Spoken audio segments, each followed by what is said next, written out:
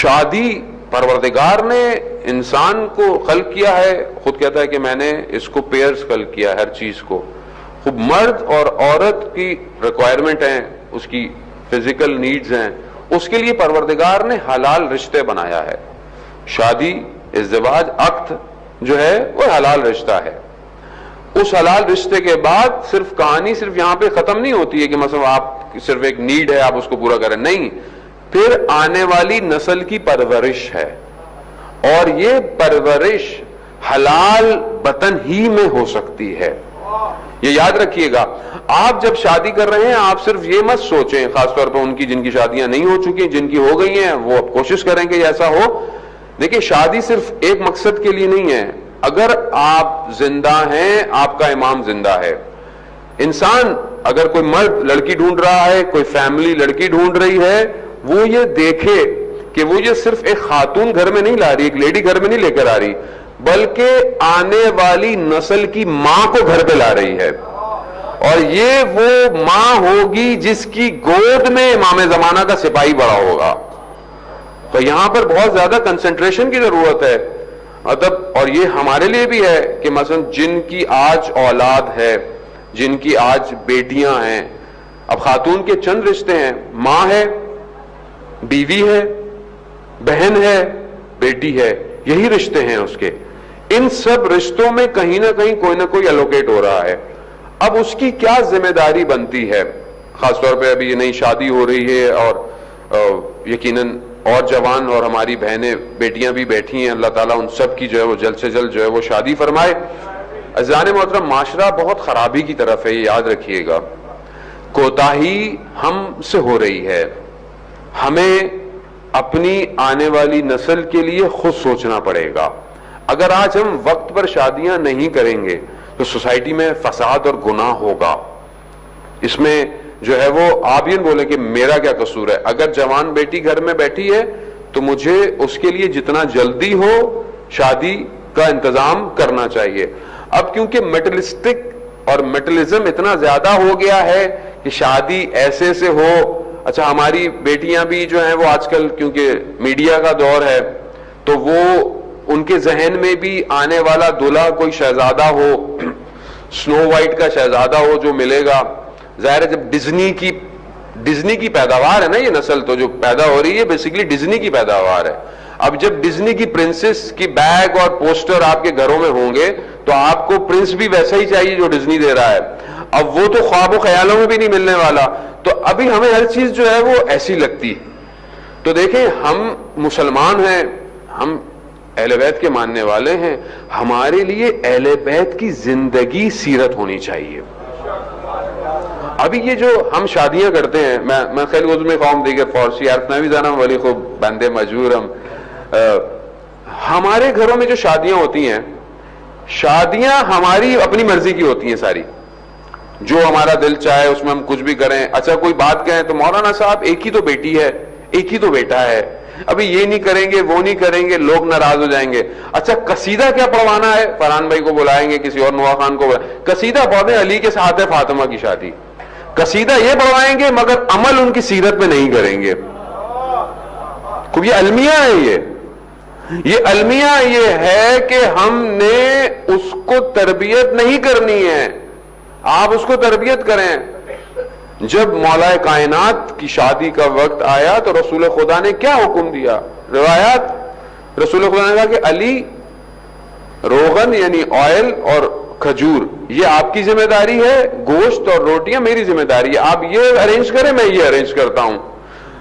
مولا متقیان روغن آئل اور کھجور لے کر آئے تاکہ اس سے مٹھائی یعنی شیرنی بنائی جا سکے، سویٹ بنائی جائے. رسول خدا نے خود اپنے ہاتھوں سے جو ہے وہ مٹھائی بنائی. ایک جو ہے گوسفند ذبح کیا گیا اور روٹیاں تہیا کی گئیں اور کہا علی جاؤ مسجد میں جا کر اعلان کرو کہ لوگ کھانے پر دعوت میں تشریف لائیں. اب مولا متقیان جا رہے ہیں کہ دعوت تو اعلان کریں گے، اتنے سارے لوگ اور کھانا تو تھوڑا سا ہے، لیکن بہرحال انہوں نے اعلان کیا. ساری مسجد آ گئی کہ ماشاءاللہ آج بھی مسجد بھری ہوئی ہے، اعلان عمومی تھا، سب لوگ آ گئے، آپ لوگ بھی آ گئے، وہاں پہ بھی سب لوگ آ گئے. اب مولا متقیان کے اندر یہ ہے کہ یہ سب تو آ گئے تو رسول خدا دل کی بات مولا کی پہچان گئے اور کہا کہ علی نہیں گھبرائے نہیں، اللہ تعالیٰ اس کھانے میں برکت دے گا۔ روایت ہے کہ تقریباً 4000 لوگ آئے اور اسی کھانے سے کھا کر گئے، یعنی یہ برکت۔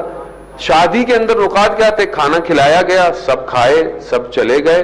بعد میں رسول خدا نے کھانے کا ظرف دلہا دلہن کے لیے بھجوایا اور جو کچھ باقی تھا وہ کچھ رشتہ داروں اور اقارب کے لیے بھجوایا۔ اب اس میں پوائنٹ کیا ہے؟ شادی کے خرچے میں دلہا دلہن دونوں انوالو ہیں، کسی ایک کے اوپر لوڈ نہیں ہے۔ رسول خدا اپنے ہاتھ سے کام کر رہے ہیں، سادگی سے شادی ہو رہی ہے، سادہ کھانا دیا گیا ہے، اور کھانے کے بعد دلہا دلہن کو بھی اور ان کی فیملی کو بھی دیا گیا ہے، اور پھر رسول خدا نے بولا کہ اب خلوت کریں، خالی کریں، تاکہ دلہا دلہن جو ہے وہ اکیلے اپنا وقت گزار سکیں۔ عزیزان محترم، ابھی اتنا ہم مولا متقیان کو مانتے ہیں، بی بی سیدہ کو مانتے ہیں، زندگی میں یہ کہاں ہیں یہ لوگ ہماری پریکٹیکل؟ ابھی ہماری ہمت نہیں ہوتی ہے سادگی سے کام کرنے کی۔ کیوں؟ سوسائٹی کیا سوچے گی؟ آج جس سوسائٹی کے آپ اتنے فکر مند ہیں، اور میں بھی آپ کے ساتھ شامل ہوں، میں کوئی مارچ میں تو نہیں رہتا، میں بھی یہیں پہ ہوں، جس سوسائٹی کے ہم اتنے فکر مند ہیں، یہ سوسائٹی قیامت میں شفاعت کرے گی؟ شفاعت کون کرے گا؟ بی بی سیدہ کریں گی۔ ان کو راضی رکھنا ہے یا سوسائٹی کو راضی رکھنا ہے؟ لڑکا جب تک اسٹیبلش نہیں ہو جاتا، گھر نہیں بن جاتا، گاڑی نہیں ہے، یہ نہیں ہے، وہ نہیں ہے، فلانا نہیں ہے۔ ابھی مجھے پچھلے دنوں بڑی حیرت ہوئی، میرے ایک دوست ہے، میں نے ان سے پوچھا بھائی شادی کہاں؟ وہ بات ہو گئی ہے، اچھا ہونے میں بڑا خوش ہوا۔ پھر کچھ دن بعد کہنے لگے، میں نے کہا کیا ہوا؟ کہنا ہے نہیں بھائی وہ ختم ہو گیا۔ میں نے کہا کیوں؟ ابھی تو بات بن رہی تھی اور آپ کی تو، کہتا ہے وہ کچھ دن ہوا اور خاتون نے مجھے فون میسج کیے کہ بھائی ہم رہیں گے یہاں، ہنی مون یہاں منانے جائیں گے، فلانا یہاں کریں گے، فلانا یہاں کریں گے۔ میں نے کہا مطلب یہ کیسی بات ہے؟ اس کی وجہ کیا تھی؟ اس کی وجہ یہ ہے کہ یہ جو ٹی وی میڈیا ہے، یہ جو سوشل میڈیا ہے، اور یہ جو ہم ڈرامے یا جو بھی ہے، بہرحال میں آپ کو نہیں بولوں گا، آپ لوگ دیکھتے ہیں، کوئی اور لوگ دیکھتے ہیں، یہ جو نیٹ فلکس کی سیریز دیکھتی ہے پبلک بیٹھ کے، یہ سب دیکھتے ہیں، تو اصل میں زندہ وہیں پر ہیں ہم لوگ۔ یہ ہم لوگ بس تھوڑی دیر کے لیے مذہبی بنتے ہیں، اس کے بعد زندگی پوری وہی ہے، برانڈڈ چل رہی ہے ہر چیز۔ یہاں سے تیار ہونا ہے، وہاں سے تیار ہونا ہے، مجھے یہاں کا نہیں پتا، جو پاکستان ہندوستان میں فلانی جگہ سے تیار نہیں ہوئی تو مطلب کوئی بات ہی نہیں ہے خاتون کی۔ اتنے لاکھوں روپے خرچ کر کے وہ منہ پہ جو بھی لگائیں گے، تھوڑی دیر میں وہ، اچھا رونا بھی نہیں ہے خاتون نے رخصتی وقت، اب تو اتنا ماڈرن ہو گیا ہے، رونا نہیں ہے، کیوں؟ اتنا مہنگا میک اپ ہے، خراب ہو جائے گا۔ خب یہ کیوں ہے یہ؟ جبکہ اسی روایات میں جو میں نے آپ کی خدمت میں عرض کیا کہ جب رسول خدا بی بی سیدہ کے خدمت میں بی بی پہنچی ہیں تو بی بی پہ شرم اور حیا کی وجہ سے لرزہ طاری تھا، یعنی بیٹی کے اوپر شرم اور حیا کی وجہ سے لرزہ طاری تھا۔ رسول خدا نے فرمایا کہ اللہ آپ کو قیامت کی لغزش سے بچائے بیٹا۔ یعنی ہم میں بتا رہا ہوں سیرت بہت امپورٹنٹ ہے۔ اچھا یہ کیسے ہوگا مولانا صاحب؟ آپ تو کہہ کے چلے جائیں گے، ہم کیا کریں؟ آپ کی باتیں تھوڑی میٹھی میٹھی ہوتی ہیں، آپ ہمیں میٹھی میٹھی باتیں کر کے چلے جاتے ہیں، ہم کیا کریں؟ ہم یہ کریں کہ ہم اپنی گھر کے اندر جب میری بیٹی ہے نا تو میں پہلے دن سے اس کی تربیت کروں، میں پہلے دن سے اس کو رول ماڈل حضرت سیدہ دوں، پہلے دن سے اس کو رول ماڈل حضرت سکینہ دوں، پہلے دن سے اسے رول ماڈل حضرت زینب دوں، حضرت معصومہ دوں، رول ماڈل دیں۔ اب تو حالت یہ ہو گئی مولانا صاحب نام بتائیں بیٹی کا، بھائی یہی نام ہے جو اہل بیت کے، نہیں مولانا صاحب کو ماڈرن نام بتائیں۔ ابھی ماڈرن نام کہاں سے لے کر آئے؟ نہیں وہ کچھ ایزے میزے اور اس طرح کے نام ہوں، کچھ ہوں۔ عزیزان محترم، انسان اپنے نام سے پہچانا جاتا ہے، کردار سے پہچانا جاتا ہے، نام کے اثرات ہوتے ہیں۔ وہ گھر ہی کیا جس گھر میں فاطمہ نہ ہو، وہ گھر ہی کیا جس میں محمد نہ ہو، وہ گھر ہی کیا جس میں علی نہ ہو۔ بھائی دشمن یہی تو چاہتا ہے، اس کو اس وقت بھی علی سے مشکل تھی، آج بھی علی سے مشکل ہے۔ مسئلہ یہی ہے کہ دیکھیں اگر آج ہم اور آپ ماڈرنائزیشن کے چکر میں ان ناموں کو مولانا صاحب یہ تو بہت ریلیجیس نیمز ہیں تھوڑا سا، تو پھر دنیا میں کتنے دن زندہ ہیں؟ روایت ہے کہ جو جنت کا دروازہ ہے اس پہ چاندنی کا کونٹھی لگی ہوئی ہے، جو کھٹکھٹاتے ہیں نا وہ، اس کو جب کھٹکھٹایا جائے گا تو یا علی کی آواز آئے گی.